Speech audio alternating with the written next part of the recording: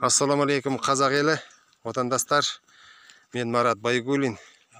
Шығыстан Өскемен, Күршім ауданы, Марқакөл.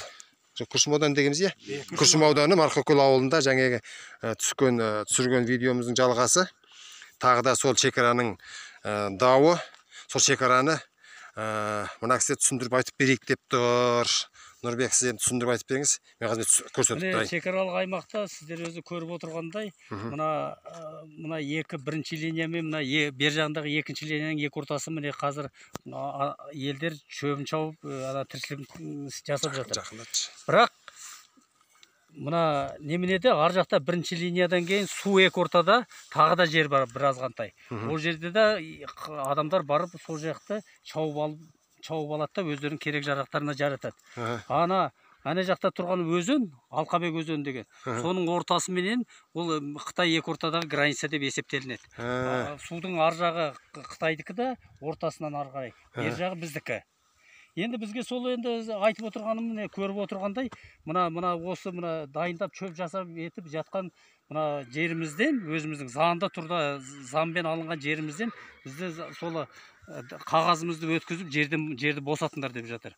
Енді ол келмейді ғой енді негізі. Заңдалған дүние, заңдалған, бәрінің де қағаздары бар. Қағаздары бар. Ол ешкім әгі заңды бұзып, бірдеңке бүлдіріп, не мына шекаралық аймақтың заңын бұзып, сондай ешқандай нәрсе жоқ. Неге екенімізді білмейміз.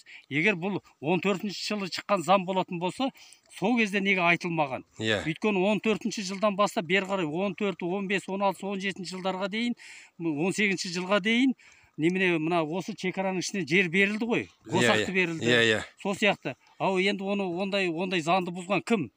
Біз халық бұзған жоқ қой. Соны ана жерде мемлекет мекемесінде отырған азаматтар бұзып отыр онда. Соны салмақ шекеміз.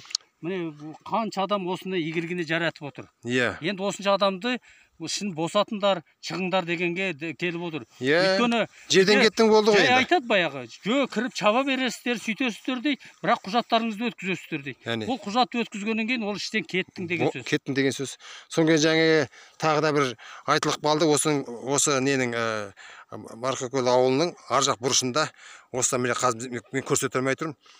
Таудың бауырайы қай жерінде осыдан 3 жыл, 4 жыл бұрын жер беріліп кеткен дейді. 4 жыл емес. Ол қайда, 90 жылдардың аяғында ол Қызылашы деген жер менен